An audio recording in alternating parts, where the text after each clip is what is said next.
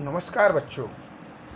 आज हम कक्षा 8वीं की विषय हिंदी की सहायक पुस्तक भारत की खोज के दूसरे अध्याय तलाश के बारे में पढ़ेंगे, जिसके उपशीर्षक हैं नंबर 1 भारत की तलाश, नंबर 2 भारत माता।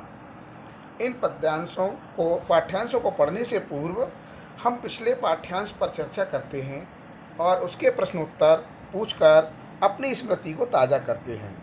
तो लीजिए, पहला प्रश्न रहा,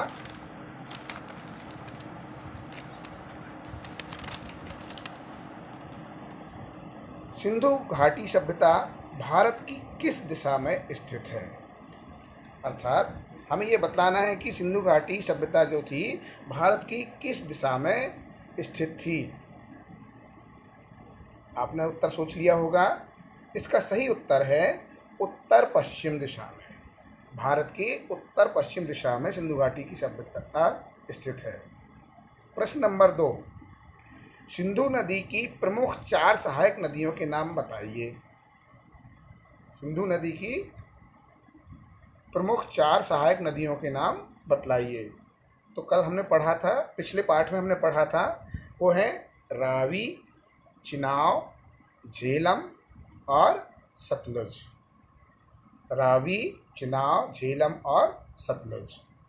तीसरा प्रश्न, भारतीय संस्कृति और सभ्यता का निकट संपर्क किन किन सभ्यताओं से रहा है। भारतीय संस्कृति और सभ्यता का निकट संपर्क किन किन सभ्यताओं से रहा है। इसका सही उत्तर है फारस, मिस्र, ग्रीस, चीन, अरब, मध्य एशिया और भूमध्य सागर के लोगों से। अगला प्रश्न, इंडस और सिंधु के आधार पर हमारे देश के क्या क्या नाम पड़े। इंडस और सिंधु के आधार पर हमारे देश के कौन कौन से या क्या क्या नाम पड़े। तो इसका सही उत्तर है इंडस के नाम पर इंडिया एवं सिंधु के नाम पर हिंदुस्तान। तो उत्तर क्या हो जाएगा, इंडिया और हिंदुस्तान। अगला प्रश्न, किस नदी के चारों ओर नृत्य उत्सव और नाटक से संबद्ध अनेक पौराणिक कथाएं एकत्रित। किस नदी, उस नदी का नाम बतलाना है। तो इसका सही उत्तर है यमुना नदी। कौन सी नदी, यमुना नदी। अगला प्रश्न, जिज्ञासु भाव से मनुष्य की शाश्वत समस्याओं का हल कौन तलाश कर रहा था। तलाश कर रहा था, ढूंढ रहा था, तपास कर रहा था। तो कल हमने पढ़ा था, या पिछले पाठ में हमने पढ़ा था, एक सम्राट था, वो बहुत महान था, उसका नाम क्या था, अकबर। इस प्रश्न का उत्तर क्या हो जाएगा, सम्राट अकबर। अब हम उप प्रकरण या उपशीर्षक के अंतर्गत भारत की तलाश को पढ़ते हैं। इसको ध्यान से देखिए और सुनिए। पुस्तकों, प्राचीन स्मारकों और विगत सांस्कृतिक उपलब्धियों ने मुझ में एक दृढ़ तथा भारत की समझ तो पैदा की। क्या, पुस्तकों, प्राचीन स्मारकों और विगत सांस्कृतिक उपलब्धियों ने मुझ में एक हद तक भारत की समझ तो पैदा की, लेकिन मुझ में उससे संतोष नहीं हुआ। ध्यान रखिए, भारत की समझ किसने पैदा की नेहरू जी के अंदर, पुस्तकों, प्राचीन स्मारकों और विगत माने बीते हुए समय की सांस्कृतिक उपलब्धियों ने। ना ही मुझे वह उत्तर मिला जिसकी मैं तलाश कर रहा था। वर्तमान मेरे लिए और मुझ जैसे बहुत से लोगों के लिए एक मध्ययुगीनता, भयंकर गरीबी एवं दुर्गति और मध्य वर्ग की कुछ सतही आधुनिकता का विचित्र मिश्रण है। इसमें बतलाया गया है मध्ययुगीनता यानी मध्य का जो समय था, युग था, उसमें बहुत भयानक गरीबी यानी दरिद्रता, दुर्गति यानी बुरी स्थिति, बुरी हालत, और मध्य वर्ग की कुछ सतही आधुनिकता। सतही माने वास्तविक आधुनिकता का विचित्र मिश्रण है। मैं अपने वर्ग और अपनी किस्म के लोगों का प्रशंसक नहीं था। नेहरू जी कहते हैं, मैं अपने वर्ग और वर्ग के लोगों या उनके किस्म के लोगों का प्रशंसक नहीं था। फिर भी भारतीय संघर्ष में नेतृत्व के लिए मैं निश्चित रूप से मध्य वर्ग की ओर देखता था। नेतृत्व करने के लिए या अगुवाई या संचालन करने के लिए नेहरू जी किनको देखते थे? मध्य वर्ग के लोगों को। इधर से बात एक और स्पष्ट हो रही है कि नेहरू जी का संबंध किस वर्ग से था? मध्य वर्ग। किससे था? मध्य वर्ग। यह मध्य वर्ग स्वयं को बंदी और सीमाओं में जकड़ा हुआ महसूस करता था और खुद तरक्की और विकास करना चाहता था। एहसास था उसे कि मैं बंधनों में हूँ, लेकिन मेरी तरक्की और विकास होना चाहिए। अंग्रेजी शासन के ढांचे के भीतर ऐसा न कर पाने के कारण उनके भीतर विद्रोह की चेतना पनपी। अब अंग्रेजी शासन थी, सरकार थी, उसके अंतर्गत उस ढांचे में वो कुछ नहीं कर पा रहे थे, लेकिन उनके मन ही मन एक विद्रोह अर्थात बगावत की चेतना यानी जागृति पनपी बढ़ी। लेकिन यह चेतना उस ढांचे के खिलाफ नहीं थी जिसने हमें रौंद दिया था। ये उस ढांचे को बनाए रखना चाहते थे और अंग्रेजों को हटाकर उसका संचालन करना चाहते थे। अर्थात ये अंग्रेजी सरकार का जो ढांचा था उसे ज्यों का त्यों रखकर उसमें खुद शासन करना चाहते थे, उसका नेतृत्व खुद करना चाहते थे। मध्य वर्ग के लोग इस हद तक इस ढांचे की पैदाइश थे कि उसे चुनौती देना या उसे उखाड़ फेंकने का प्रयास करना इनके बस की बात नहीं थी। अर्थात इसे बदलने में, अंग्रेजी शासन का जो ढांचा था उसे हटाने में, बदलने में वो अपने आप को सामर्थ्यवान नहीं मानते थे और न ही उनमें इतनी शक्ति थी। नई ताकतों ने सिर उठाया, अर्थात नई शक्तियां पैदा हुई और वे हमें ग्रामीण जनता की ओर ले गई। आप लोग जानते हैं, भारत की अधिकांश जनता या लोग गाँव में ही रहते हैं। पहली बार एक नया और दूसरे ढंग का भारत उन युवा बुद्धिजीवियों के सामने आया जो नई उम्र के बुद्धिजीवी अर्थात जानकार थे, ज्ञानी थे। उनके सामने एक नया भारत उपस्थित हुआ। इसके अस्तित्व को लगभग भूल ही गए थे। जो कौन? युवा वर्ग, युवा बुद्धिजीवी इनके अस्तित्व को भूल ही गए थे या उसे बहुत अहमियत नहीं देते थे। अहमियत, उनको महत्व नहीं देते थे, वरीयता नहीं देते थे, भार नहीं देते थे। एक दृश्य बेचैन कर देने वाला था, इसलिए कि उसने हमारे कुछ मूल्यों और निष्कर्षों में संदेह उत्पन्न कर दिया था। एक बात ऐसी थी जो हमें विचलित करती थी, क्योंकि उसने हमारे मूल्य अर्थात हमारे विचार, अच्छे विचारों और निष्कर्षों में संदेह पैदा कर दिया था। तब हमने भारत के वास्तविक रूप की तलाश शुरू की और इससे हमारे भीतर इसकी समझ और द्वंद्व दोनों पैदा हुए। नेहरू जी ने जब भारत की तलाश शुरू की या प्रारंभ की तो उनके अंदर समझ तो आई, समझ पैदा हुई, लेकिन द्वंद्व भी पैदा हो गया। कुछ लोग इस ग्रामीण समुदाय से पहले से परिचित थे, इसलिए उन्हें कोई नया उत्तेजक अनुभव नहीं हुआ। जो लोग ग्रामीणों से परिचित थे उनके लिए कोई भी नया उत्तेजक माने प्रेरक अनुभव नहीं हुआ, पर मेरे लिए यह सही अर्थों में नई तलाश के लिए यात्रा थी, क्योंकि मुझे बराबर अपने लोगों की असफलताओं और कमजोरियों का दर्द भरा एहसास रहता था। पर भारत की ग्रामीण जनता में कुछ ऐसा था जिसे परिभाषित करना कठिन है, पर उसने मुझे बराबर आकर्षित किया। उसमें कुछ ऐसी बात थी जो मध्य वर्ग में अनुपस्थित थी। अर्थात नेहरू जी ने यह पाया या देखा कि जो मध्य वर्ग में जो एक शक्ति नहीं है या जो सामर्थ्य नहीं है वो इस ग्रामीण लोगों के तबके में या समूह में है, और यह बात थी जिसको वो बतला नहीं सकते थे, प्रकट नहीं कर सकते थे, लेकिन उस पर उन्हें विश्वास जरूर था।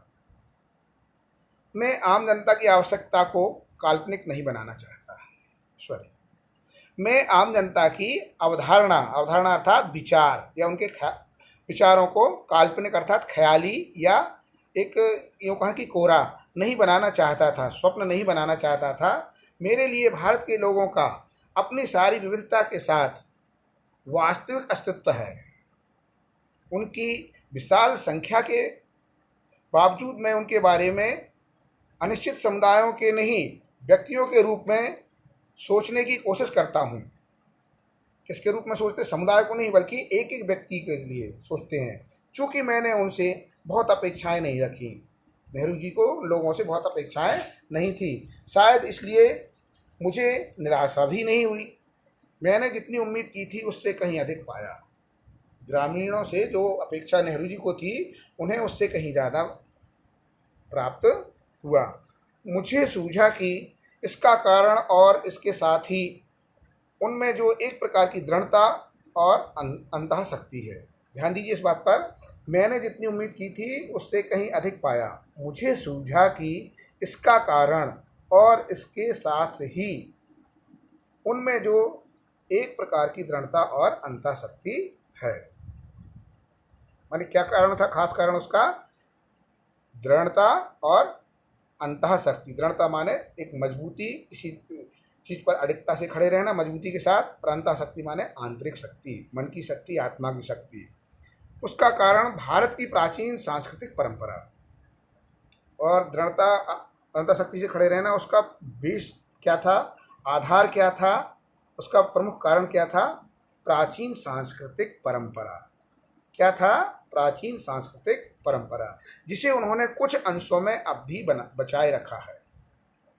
पिछले 200 वर्षों में उन्होंने जो अत्याचार झेला है, बहुत कुछ तो उसी के कारण समाप्त हो गया।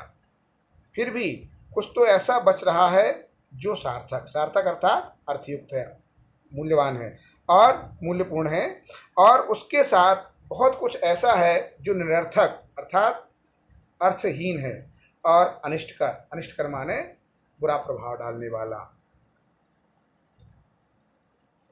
तो ये पहला उपप्रकरण समाप्त हुआ। दूसरा है भारत माता। इसके अंतर्गत ध्यान से सुनिए, समझिए। अक्सर जब मैं एक के बाद एक सभा में जाता तो श्रोताओं से मैं अपने इस देश की चर्चा करता। नेहरू जी कहते हैं, सभाओं में जाकर वह लोगों से या सभा वहाँ के दर्शकों से अपने देश अर्थात भारत की चर्चा करता, हिंदुस्तान की और साथ ही भारत की। ये दोनों हमारे देश के नाम हैं, हिंदुस्तान और भारत, जो कि जाति संस्थापक भरत के नाम पर आधारित इसका प्राचीन संस्कृत नाम है। भारत किसका नाम है? जो भरत के नाम पर आधारित प्राचीन संस्कृत नाम है। मैंने शहरों में ऐसा कम किया क्योंकि वहाँ के श्रोता अपेक्षाकृत आधुनिक थे। माने जो सभाएं या भाषण होते थे वहाँ पर वो बातें ये नहीं कहते थे। क्यों? शहरों में जो श्रोता थे वो आधुनिक थे और वे अधिक दमदार भाषण की अपेक्षा करते थे। कैसे भाषण की अपेक्षा करते थे? दमदार। ये साधारण बातें समझने को वो तैयार या सुनने को तैयार नहीं रहते थे। पर सीमित नज़रिए वाले किसानों को मैंने इस महान देश की ताकत बताया। लेकिन जो इधर बाबत शब्द लिखा है गलत है। सीमित नज़रिए वाले किसानों को मैंने इस महान देश की क्या बतलाया? ताकत बतलाया, जिसकी मुक्ति के लिए हम संघर्ष कर रहे हैं। अर्थात जिससे मुक्त होने के लिए, स्वतंत्र होने के लिए हम संघर्ष कर रहे हैं। कि कैसे इसका हर हिस्सा दूसरे से भिन्न होते हुए भी भारत है।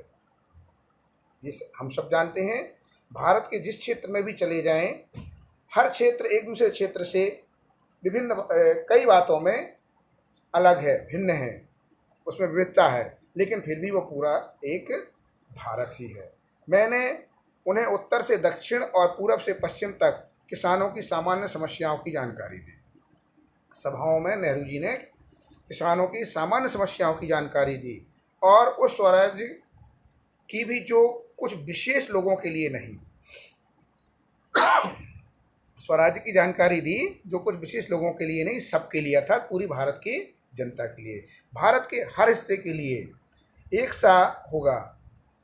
मैंने उन्हें सुदूर उत्तर पश्चिम में खैबर पास से कन्याकुमारी तक, कैप कोमरिन तक अपनी यात्रा के बारे में बतलाया। देखिए, भारत का एक उत्तरतम या उत्तर पश्चिम में जो स्थान है खैबर, वहाँ से लेकर एकदम दक्षिण में यदि जाएं तो कन्याकुमारी या कैप कोमरिन कहलाता है, यहाँ तक की यात्रा के बारे में बतलाया। मैंने बतलाया है कि कैसे हर जगह मुझसे किसानों ने एक जैसे सवाल पूछे, क्योंकि उनकी समस्याएं समान थी। भारत के किसानों की समस्याएं कैसी थी? समान थी।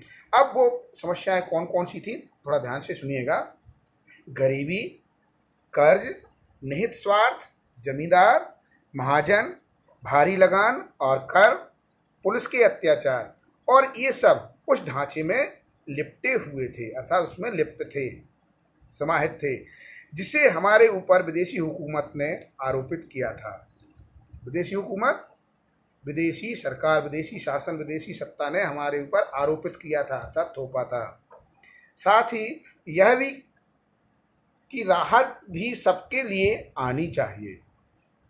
राहत, यदि सबको चैन मिल रहा है, चैन मिले या शांति मिले तो सबके लिए होनी चाहिए। मैंने इस बात की कोशिश की कि वे भारत को अखंड मानकर उसके बारे में सोचें। नेहरू जी लोगों को समझाते थे कि वो केवल अपने क्षेत्र, प्रदेश, प्रांत के बारे में ना सोचें, भारत को एक अखंड मानकर उसके बारे में सोचें। साथ ही थोड़ा बहुत उस विराट विश्व के बारे में भी सोचें जिसके हम एक हिस्से हैं। नेहरू जी का मानना था केवल हम प्रांत या प्रदेश के लिए नहीं, देश के लिए, और देश से बढ़कर पूरे विश्व के लिए सोचें, जिस विश्व के मानव समूह का हम एक हिस्सा हैं। अर्थात उनकी सोच किस प्रकार की थी? किस प्रकार की थी? वासुदेव कुटुंबकम, अर्थात पूरा विश्व, पूरा संसार, पूरी सृष्टि, पूरा जगत एक कुटुंब है, एक परिवार है। यह काम बहुत आसान नहीं था, पर उतना मुश्किल भी नहीं था जैसा मैंने सोचा था। हमारे प्राचीन महाकाव्यों, पुरागाथाओं और दंतकथाओं की उन्हें पूरी जानकारी थी। इस साहित्य ने अपने देश की अवधारणा से उन्हें परिचित करा दिया था। अर्थात लोग प्राचीन महाकाव्य, कथाएं, दंतकथाओं को पढ़कर अपने देश की जानकारी प्राप्त कर चुके थे। इन लोगों में से हमें हमेशा कुछ ऐसे भी होते थे जिन्होंने भारत के चारों कोनों में स्थित धार्मिक स्थलों की यात्रा की थी, अर्थात जिन्होंने भारत के समस्त धार्मिक क्षेत्रों का भ्रमण किया था।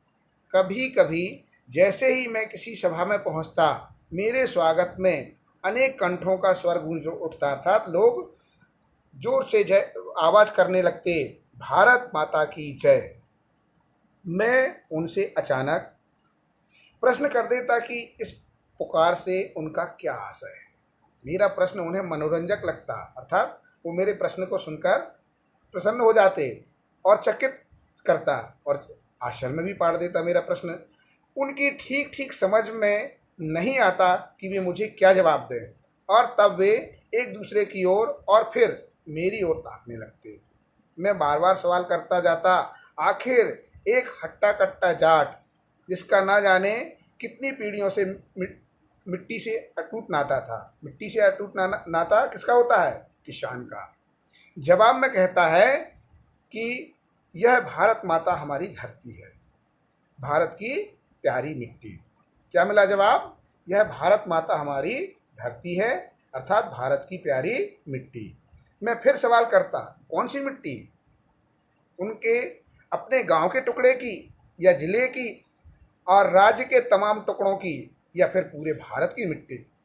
प्रश्न उत्तर का यह सिलसिला तब तक चलता रहता जब तक वे प्रयत्न करते रहते और आखिर में कहते कि भारत वह सब कुछ तो है, भारत वह सब कुछ तो है ही जो उन्होंने सोच रखा है, उसके अलावा भी बहुत कुछ है। अर्थात उनकी जो सोच में है वो तो भारत है, उसके अलावा भी बहुत कुछ चीज़ें उसमें समाहित हैं।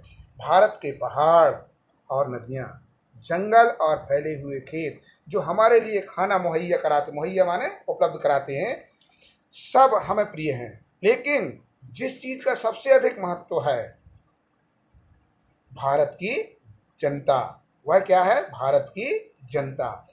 उनके और मेरे तमाम लोग,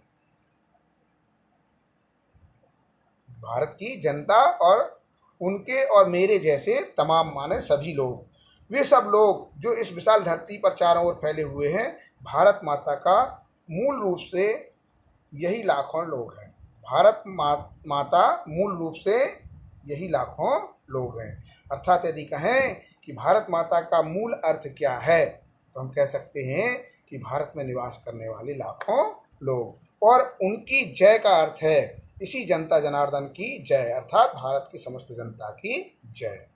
मैंने उनसे कहा कि तुम भारत माता के हिस्से हो, एक तरह से तुम खुद ही भारत माता हो।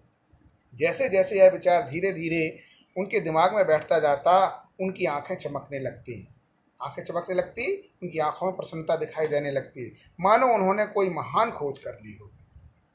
उनकी आंखों को देखकर यूँ लगता था जैसे कोई व्यक्ति कोई महान खोज करने के बाद प्रसन्न होता है, पुलकित होता है।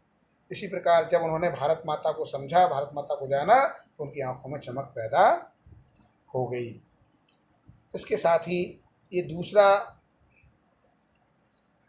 पाठ्यांश था वो समाप्त हुआ।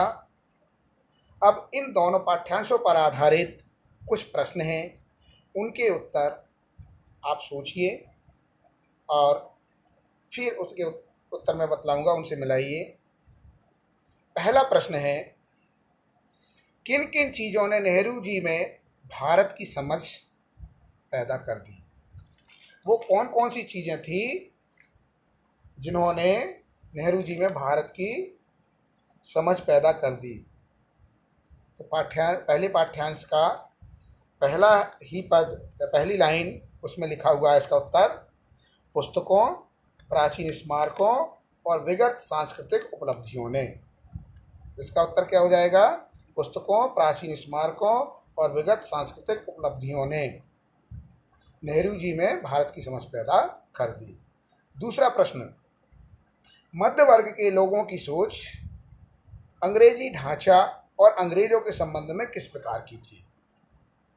अंग्रेजी ढांचा या अंग्रेजी तंत्र था, उसके बारे में और अंग्रेजों के बारे में क्या थी? और किसकी सोच? मध्य वर्ग की। इस पर जोर डालिए दिमाग पर और उत्तर देने की कोशिश करिएगा।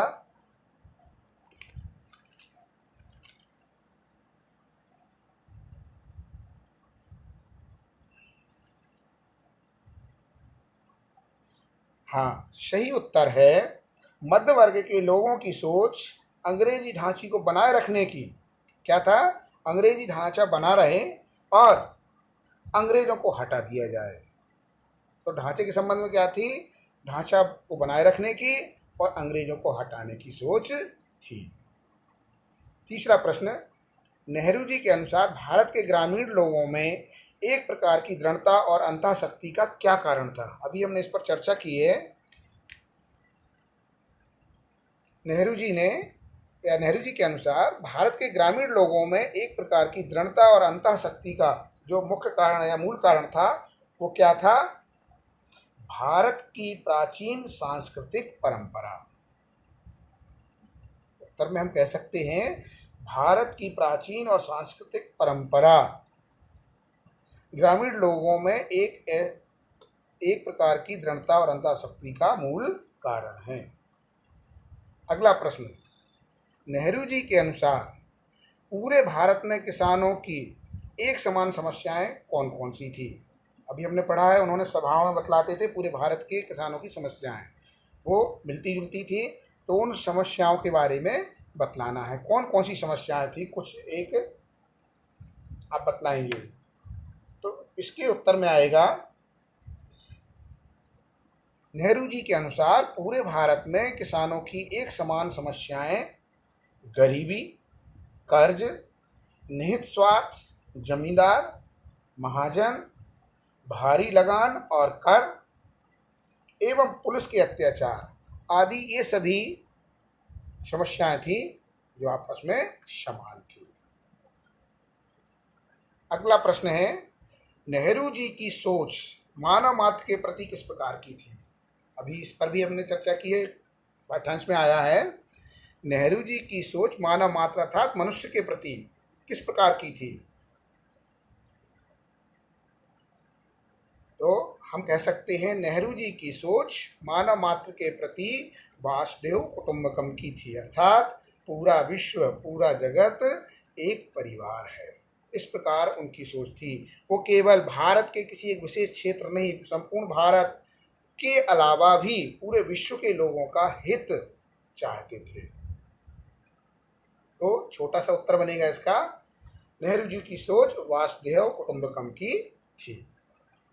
अगला प्रश्न, भारत माता शब्द का मूल अर्थ क्या है? भारत माता शब्द का मूल अर्थ क्या है? तो भारत माता वाले पाठ्यांश में हमने पढ़ा है, भारत में निवास करने वाले लाखों लोग या भारत की जनता। भारत में निवास करने वाले लाखों लोग या भारत में निवास करने वाली जनता भारत माता का मूल स्वरूप है या उसका मूल अर्थ है। अगला प्रश्न है, भारत माता की जय का क्या अर्थ है? भारत माता की जय का क्या अर्थ है? इसको पिछले प्रश्न से जोड़ेंगे। भारत माता शब्द का अर्थ क्या है? भारत की जनता। तो भारत माता की जय का अर्थ क्या हो जाएगा? भारत में निवास करने वाली जनता की जय, अर्थात भारत की जनता जनार्दन की जय। चलिए, इस प्रकार ये पाठ हमारा पूरा होता है। आपको इस पाठ को और अच्छे से पढ़ना है और कोशिश करिए इस पाठ्यांश के प्रत्येक अनुच्छेद से छोटे छोटे प्रश्न बनाएं। एक एक लाइन का, एक एक पंक्ति का उत्तर देने वाली या एक शब्द में उत्तर देने वाले प्रश्न तैयार करें और उनके उत्तर लिखें। धन्यवाद।